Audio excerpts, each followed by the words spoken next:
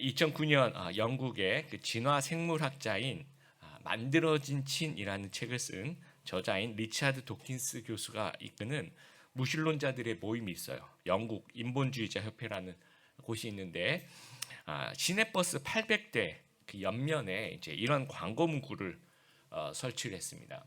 There is probably no God. Now stop worrying and enjoy your life. 신은 아마도 없을 것이다. 이제 걱정을 멈추고 인생을 즐겨라. 이런 이제 광고를 시내버스 800대 옆에 붙여서 이제 계속 이 시내버스가 돌아다니는 거죠. 21세기 포스트 모던 시대 기독교 문화에 기반한 국가들은 이제 점점 종교 없음의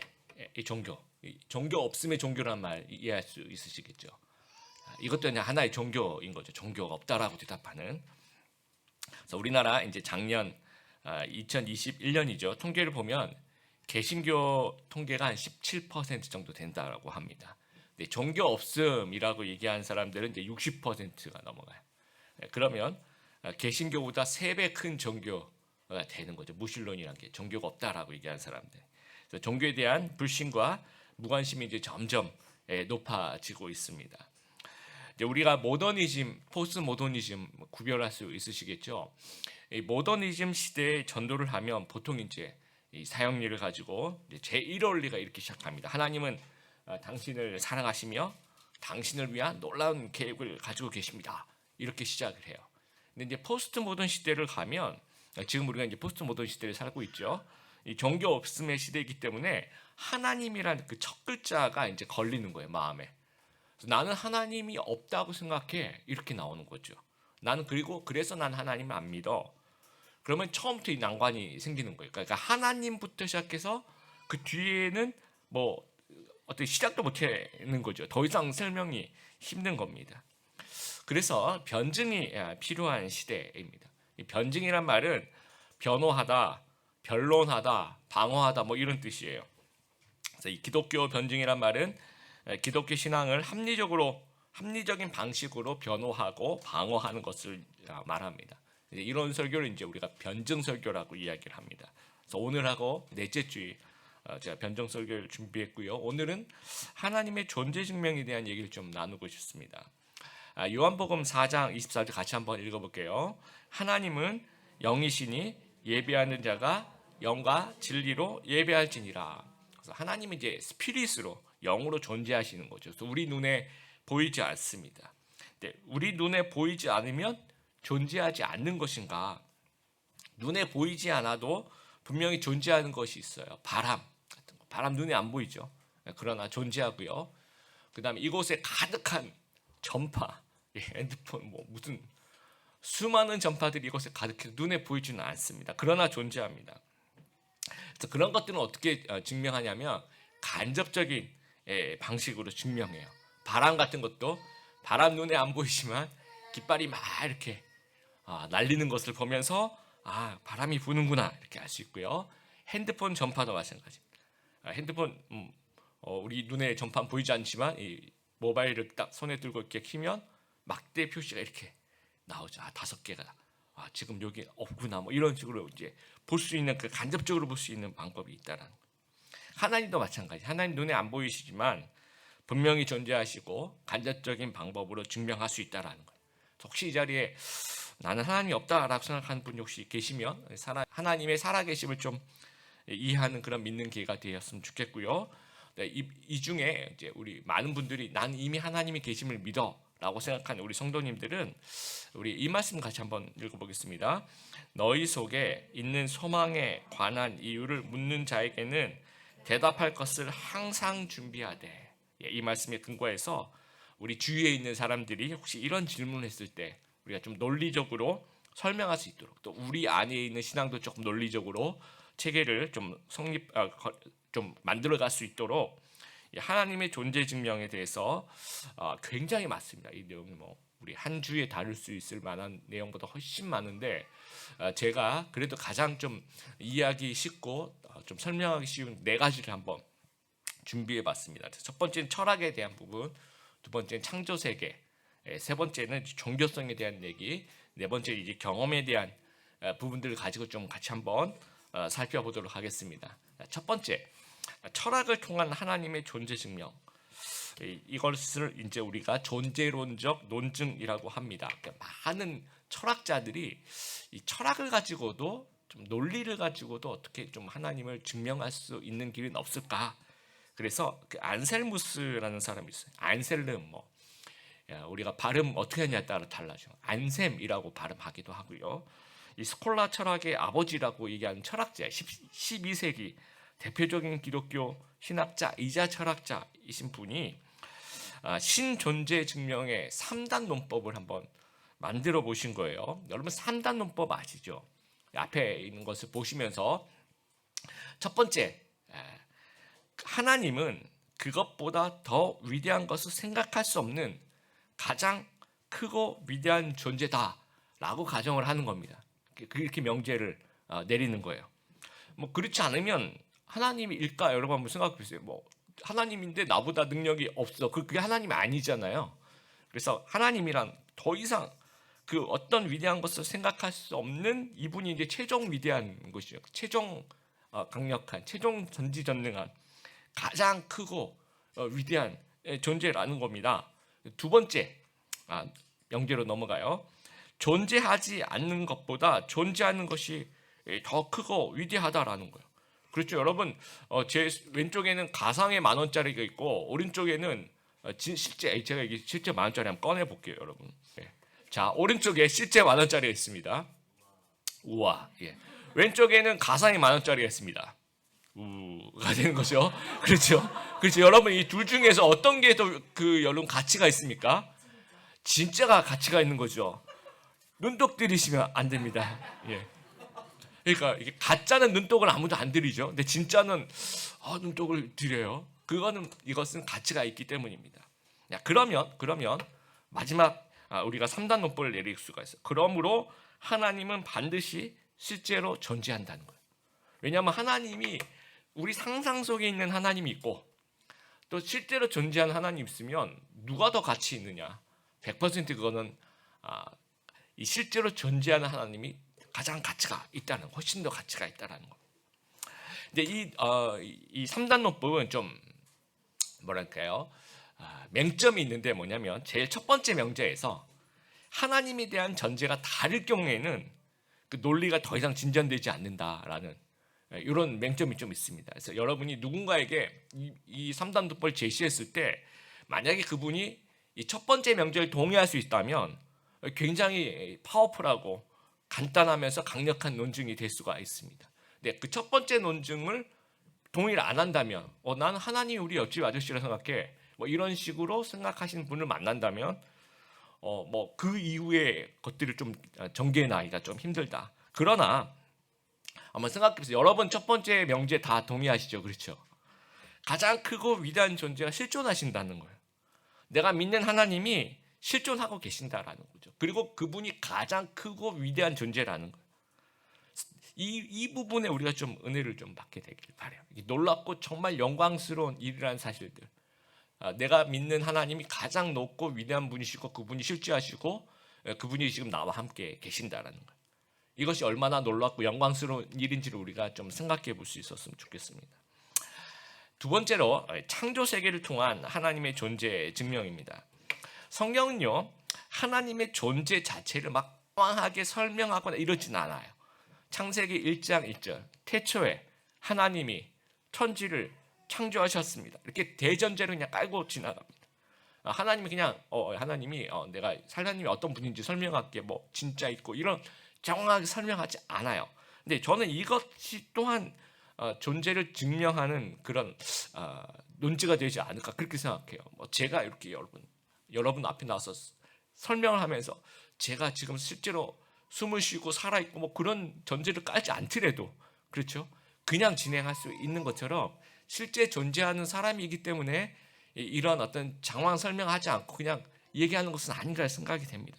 그러나 짧게 좀 하나님에 대해서 설명하는 구절이 있어요. 그게 이제 오늘 우리가 읽었던 그 구절입니다. 로마서 1장 19절 20절 이는 하나님을 알만한 것들이 그들 속에 보임이라 하나님께서 이를 그들에게 보이셨느니라. 창세로부터 그의 보이지 아니한 것들 곧 그의 영원하신 능력과 신성이 그가 만드신 어디에 분명히 보여 알려졌습니까? 그가 만드신 만물에 분명히 보여 알려졌나니 그렇게 하지 못할지니라.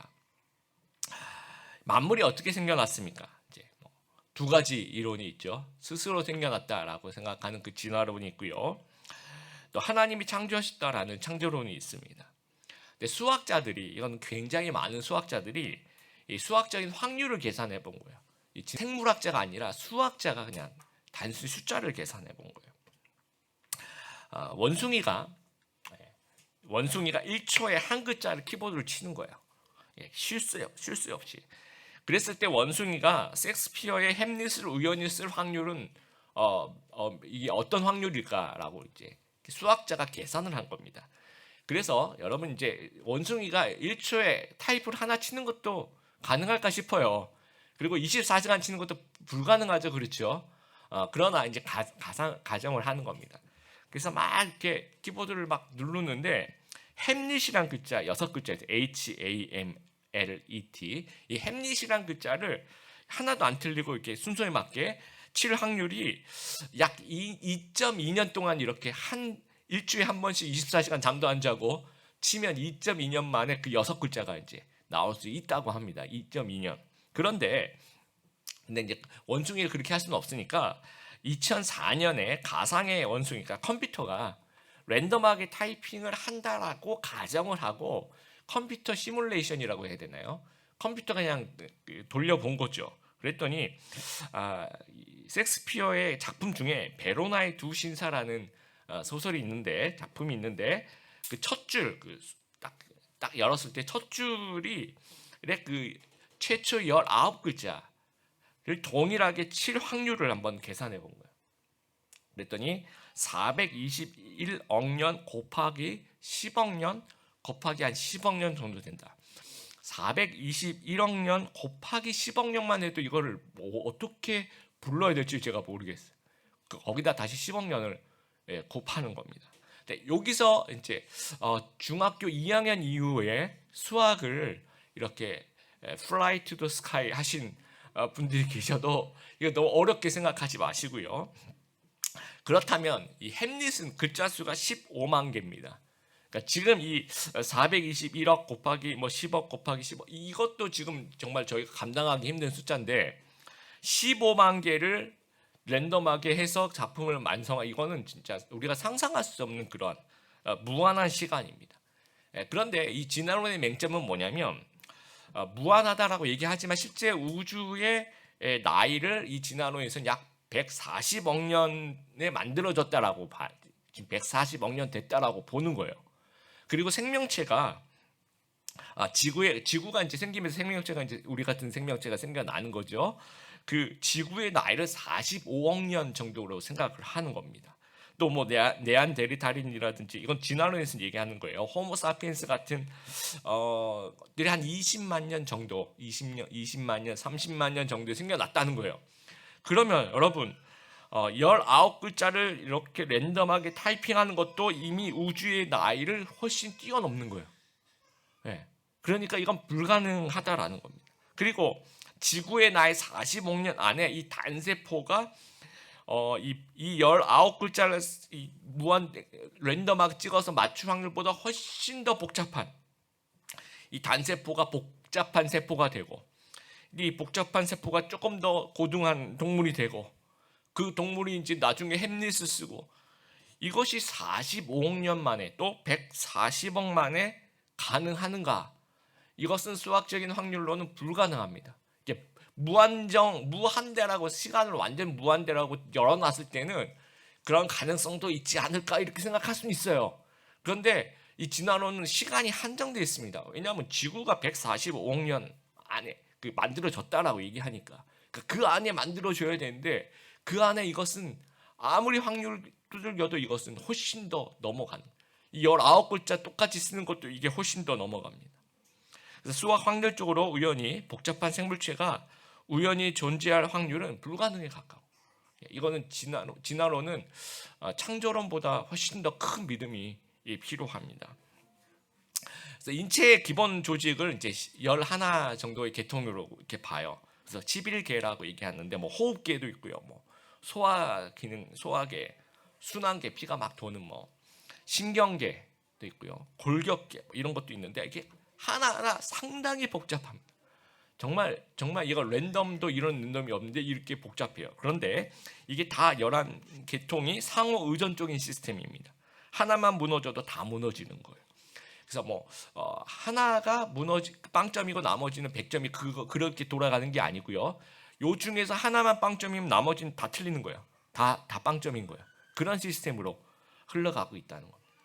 그랬을 때 이것이 과연 우연이냐 아니면 설계냐라는 거죠. 그러니까 우리 안에 세포 안에 이 세포 하나에 들어 있는 그 DNA가 있죠. 이 DNA는 이제 4가지 염기 서열이 있습니다. 그 배열이 A, G, C, T 이거를 가지고 이제 배열을 하는 겁니다.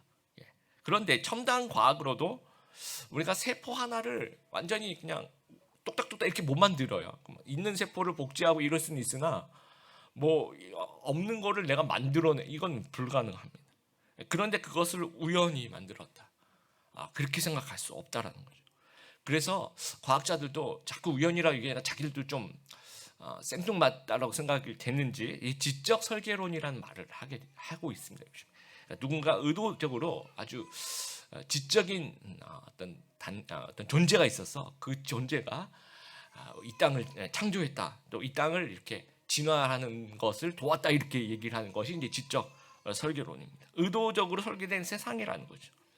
근데 설계라는 말 자체가 설계가 있다는 얘기는 설계자가 있음을 의미하는 겁니다. 그래서 전지전능한 하나님이 실존하고 세상을 설계하고 창조하고 이것이 합리적이고 이것이 과학적인 추론이라는 거예요. 그리고 우주의 물질을 거슬러 올라가면요 반드시 제1원인이 존재해야 돼요. 뭐 이것을 통해서 뭐가 났고 그럼 그 위에 계속 올라가면 제1원인이라는 것이 있어야지 그 다음이 나올 수 있잖아요. 근데 진화론은 그 증명할 수 없는 절대적인 제1원리를 그냥 전제하고 그게 다 몰라 그리고 있어 그냥 그런 게 하면서 출발을 합니다. 그래서 우리가 빅뱅 이론이라고 얘기하는 거 우주의 한 점에서 폭발이 일어나고 그래서 탄생되고 그게 우주가 이제 팽창해 간다라고 얘기를 하죠. 근데 여러분 생각해 보면 뭐가 있어야지 폭발이 가능하지 않겠습니까?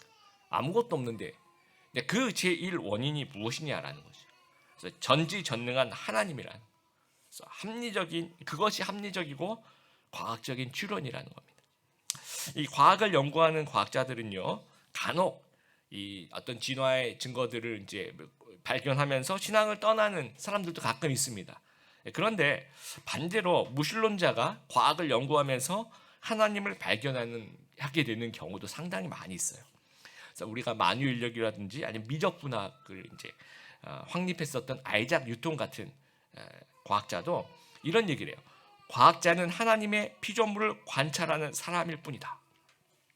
과학자가 신앙심이 좋을 확률이 굉장히 높다라는 거예요.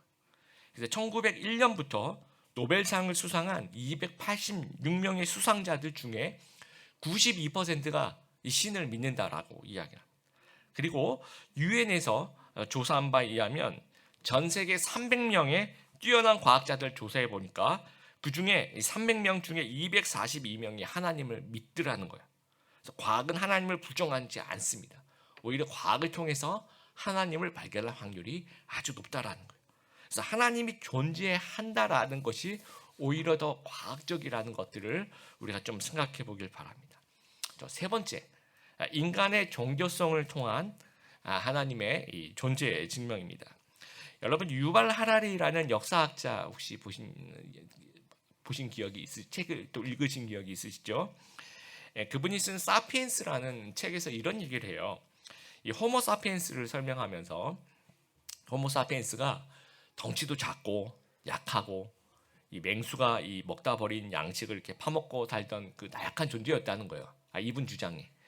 그런데 이제 이 호모 사피엔스가 다른 종하고 좀 다른 게 이 특별한 언어적인 능력이 있다라는 거예요. 그래서 그 특별한 언어적인 능력으로 허구를 상상할 수 있는 그 능력과 합쳐지면서 허구를 이렇게 말로써 설명을 하더라고요. 그래서 사람들에게 믿게 한다는 거예요. 전설이라든지 신화라든지 신이라든지 종교라든지 이런 것들을 이 유발 하라리 생각에 이제 허구인데 이거를 이거를 상상할 수 있는 능력을 있다는 거예요. 호모사피엔스가. 그래서 그것을 이렇게 포장을 해가지고 신이 저기 있다 이렇게 얘기하면서 집단적인 협력을 이렇게 사람들을 모아왔다는 거죠. 그래서 그 집단적인 협력과를 통해서 뭐 전쟁도 하고 일도 하고, 그래서 다른 유인원 계열인 뭐 네안데르탈인이라든지 뭐 이런 것들을 제치고 패권을 차지했다라고 그 책에서 이제 설명을 해요. 여러분, 그럴싸하지만 이게 어디까지나 무신론자 개인의 해석입니다. 인류의 그 보편적인 종교성을 허구적인 신을 상상할 수 있는 능력이라고 오해를 하고 있다라는 거예요. 여러분, 신을 찾고 갈망하는 마음, 이건 온 인류의 공통적으로 보유하고 있는 모습이에요. 이것을 우리가 종교성이라고 얘기합니다.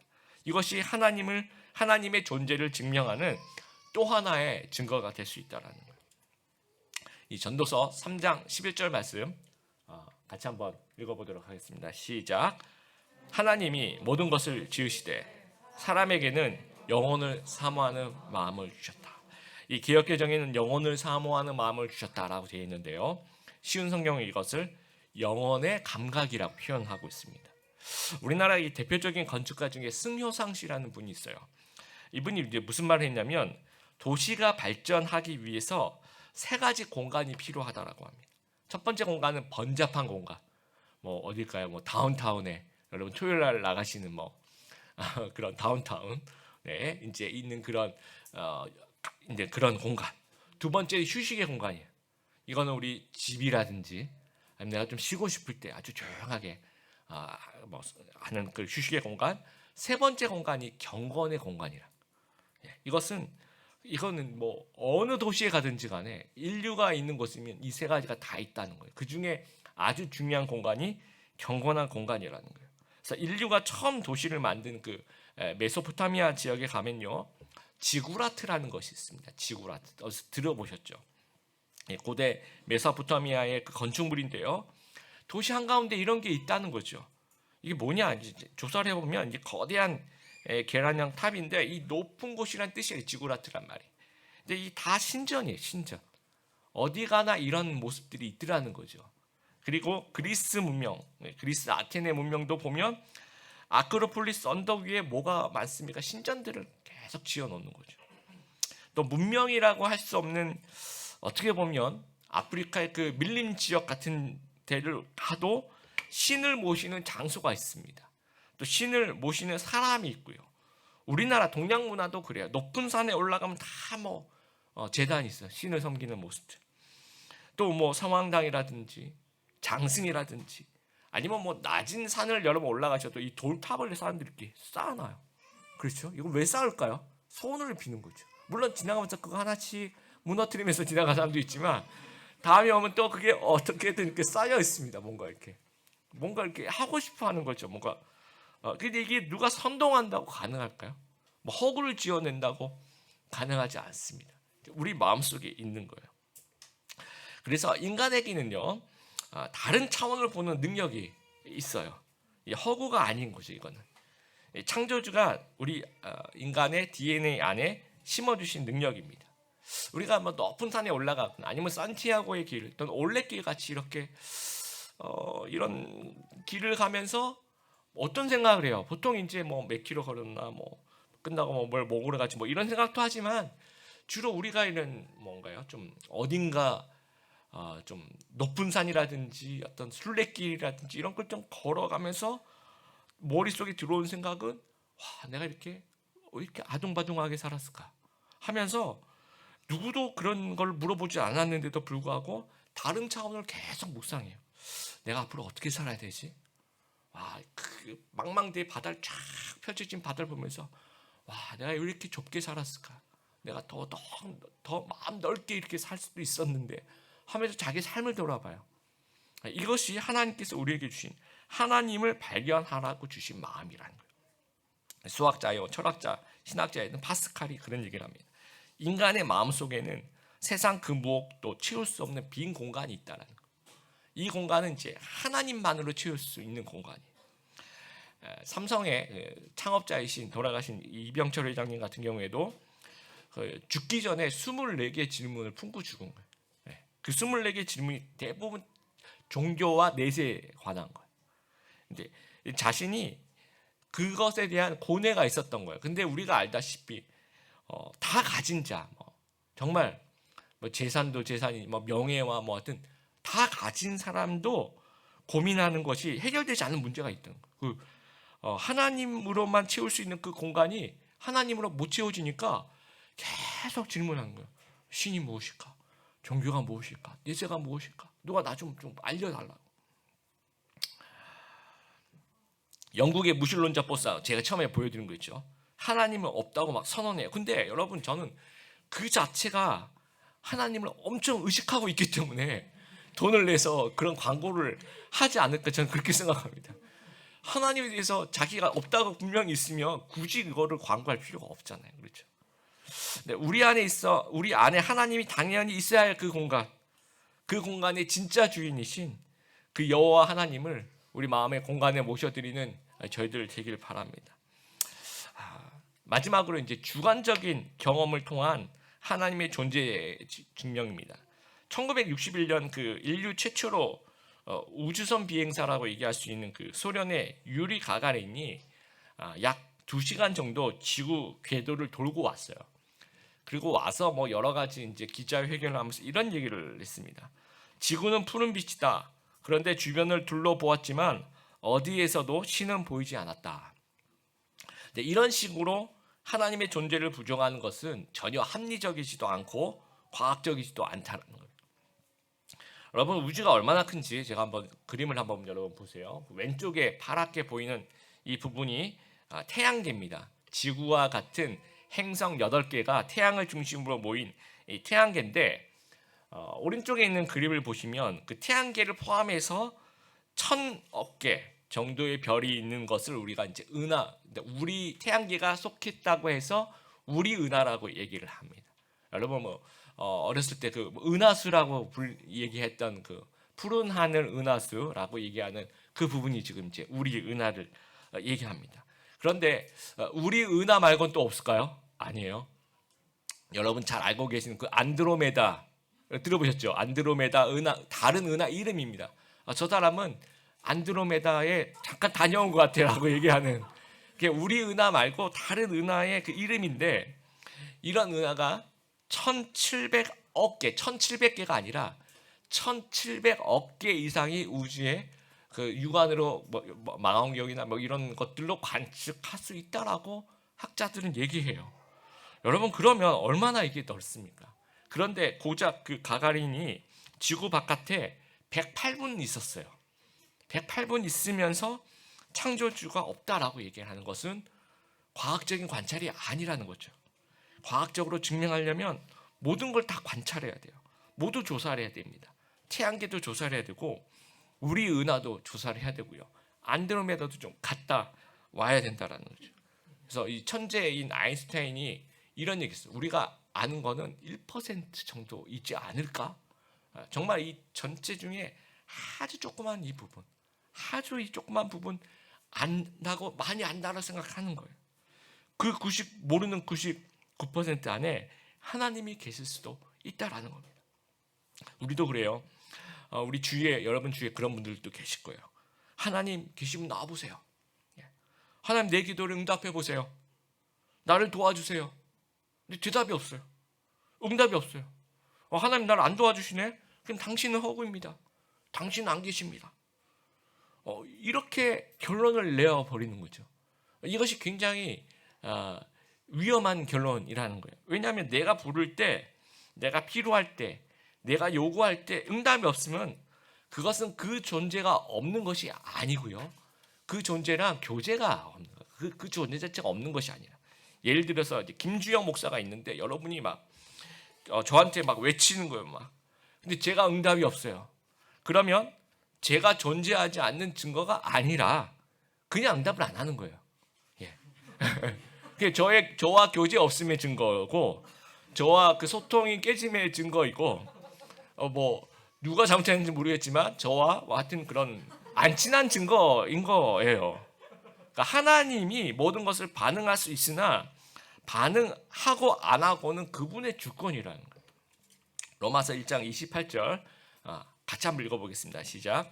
또한 그들이 마음에 하나님 두기를 싫어하며 하나님께서 그들을 그 상한 마음대로 내버려 두사 합당하지 못한 일을 하게 하셨으니. 자, 이 내버려 두사라는 말이 성경이 나와요. 그러니까 우리는 하나님이 모든 걸 다 간섭하고 도와주고 해야 된다라고 생각을 해요. 그런데 하나님의 주권 안에는요, 이 내버려 두시는 것도 하나님 마음이, 하나님의 주권이에요. 응답하기도 하고 안 하기도 하신다라는 거예요. 내 경험 안에 하나님이 없다. 이것은 하나님이 없다는 증거가 아니라 내가 하나님과 교제가 없음의 증거고, 뭐 이유는 모르겠지만 하나님과 소통이 없다라는 그 증거이라는 겁니다. 객관적으로 하나님이 없음의 증거가 될 수 없다라는 거예요. 여러분, 그럼 주관적으로 하나님을 어떻게 알게 됩니까? 저는 이 기독교에서 우리가 우리 신앙을 가지면서 하나님과의 주관적인 관계는 이렇게 좀 진행되지 않을까. 첫 번째, 계시예요. 이건 하나님이 하시는 거예요. 하나님이 먼저 자신을 드러냅니다. 여러분, 하나님이 아브라함에게 나타나세요. 본토 친척 아비 집을 떠나라고 얘기를 합니다. 또 오늘 우리가 불렀던 아까 불렀던 찬양 중에 사마리아 여인, 요한복음 4장에 사마리아 여인에게 가서 지금 너와 이야기하고 있는 내가 바로 그 메시아다라고 얘기를 해요. 자신을 계시해요. 안 그러면 우리가 몰라요. 그렇기 때문에 먼저 계시합니다. 근데 계시한 이유는요, 친해지고 싶은 거예요. 우리가 처음 만나서 자기소개하죠. 근데 내가 이 공간에서 별로 친해지고 싶은 생각이 없으면 자기소개 장황하게 안 합니다. 저는 그냥 몰라도 돼요. 넘어갑니다. 자기소개 안 하고 하드를 아주 짧게 하고 넘어가는데, 이 성경에 보면 하나님의 계시가 엄청 넘쳐납니다. 자신을 어마어마하게 길게 있을 수 없는 그 역사 속에서 자신을 계시해 나가세요. 그건 우리가 아주 친하게 지내고 싶어 하신다는 거예요. 교제를 원하시기 때문에 계시하는 겁니다. 그래서 그 하나님이 계시한 이후에 하나님과 우리가 이제 뭔가 교제가 일어나요. 이것은 정확히 얘기하면 하나님 우리를 찾아오시고 콜링하시고 우리는 응답하면서 이것이 일어나는 겁니다. 그래서 하나님 우리를 처음에 부르실 때 어떻게 불러요? 뭐 사람을 통해 부르시는 분들도 계시고, 이게 다양합니다. 지인, 친구일 경우도 있고, 아니면 선배, 후배일 경우도 있고요, 아니면 부모님일 경우도 있고요. 또 삶의 특별한 상황을 통해서, 이 사건을 통해서 하나님 부르실 때 있어요. 군대에 있는데 하나님 부르셨다든지, 내가 어떤 질병이 있었는데 하나님 나를 부르셨다든지, 아니 내가 병원에 입원했을 때 하나님 나를 부르셨다든지, 또는 유학 중인데 하나님 부르셨다든지, 결혼 생활을 통해서 하나님 나를 부르셨다든지, 어떤 계기가 있어서 시작이 됩니다. 그리고 그런 계기 없어도 우리 특히 그 모태신앙 교회 오래 다니신 분들은 어느 순간 갑자기 그냥 하나님 믿겨져요. 어느 순간 갑자기 부인할 수 없는 그런 믿음이 생겨요. 그러면서 예배하게 되는 거예요. 그러면서 인격이신 하나님과 함께 같이 예배하고 기도하고, 이 기도의 응답을 받고 감동을 받고 깨달으면서 이제 간증이 생겨나는 거예요. 그리고 경험과 이 간증이 쌓이는 겁니다. 그래서 이것이 쌓이면서 절대 부인할 수 없는 정말 하나님의 실존을 경험하게 돼요. 그래서 그것이 우리의 마음속에 자리 잡아요. 이 사마리아 여인처럼 나중에 사람들에게 찾아가서 외쳐요. 내가 예수 그리스도, 내가 메시아를 만났다, 내가 그분을 만났다라고 외치게 된다는 거예요. 그런데 이 주관적인 경험이라는 것은요, 뭐라 그럴까요? 좀 빨리 없어질 수도 있어요. 그래서 우리가 신앙생활 게을리하잖아요. 그러면 예배도 안 드리고 하나님과 영적인 교제도 없고, 그럼 간증도 점점 없어져요. 그래서 여러분, 아무리 모태신앙이 신앙이 좋다라고 생각하신 분들도 한 2달 정도 정말 예배 없는 곳에 가서 예배를 안 드리잖아요. 그럼 머릿속에 하나님이 진짜 살아있나? 이런 생각이 자꾸 들어요. 이게 인간의 나약함입니다. 그래서 이 주관적인 경험의 부재, 그러니까 하나님이 있나 하면서 방황하는 거예요. 또 이런 하나님과의 그 교제와 경험과 이 간증들이 점점 소홀해지면 계속 방황하게 되는 겁니다. 그러면서 이제 형식적인 신앙생활로 들어가는 거예요. 그것을 우리가요, 신학에서는 이렇게 얘기합니다. 실천적인 무신론자라. 우리가 예수님을 믿는데 하나님이 살아계심, 또 우리를 위해서 십자가에 돌아가신 이 사실을 이론적으로 믿어요. 그런데 행동은 안 믿는 행동이 나오는 거예요. 예배도 안 드리고요, 아니면 예배 드리더라도 이렇게 게으른 모습, 또 막 예배 시간 졸음이 막 쏟아지고 막 딴짓하고 싶고, 기도 생활 안 하고 말씀을 통해서 은혜 받는 것 없고, 헌신의 길 그런 거 언제였는지 기억도 안 나고, 제자의 삶 이게 언제였는지 기억도 안 나고, 내가 최근 3년 동안 하나님 안에서 영적으로 성장했느냐 물어보면 내가 성장했나 그 생각도 들지 않는 그런 상태. 이런 상태를 실천적인 무신론자라고 얘기한다는. 그래서 이건 예수님 안 믿는 사람과 그게 큰 차이가 없는 거예요.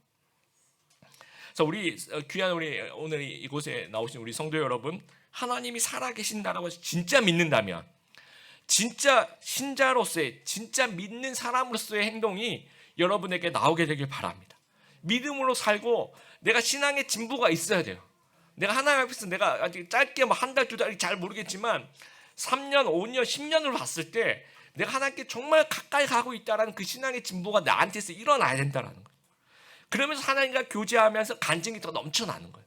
그러면서 복음을 전파하는, 오늘 이게 11월 달 한 달 내내 복음을 전파하는 그러한 집중 주간의 날인데, 복음을 전파하는 시도를 여러분 많이 하셨을 거예요. 근데 그 시도를 한 사람과 안 한 사람 저는 완전히 다르다고 생각해요. 내가 정말 열심히 이런 시도를 했는데 상대방이 거절해. 그럴지라도 내가 하나님 안에서 뭔가를 자꾸 하면서 이 간증들을 만들어 나가는 거죠. 그러면서 신앙이 점점 성장해 나가는 거예요. 여러분, 네 가지 논증을 통해서 하나님의 존재를 증명해 봤어요. 근데 아무리 논리적으로 증명을 하더라도 이제 결국 최종적인 선택은 믿음입니다. 계심도 안 계심도 믿음이라는 거.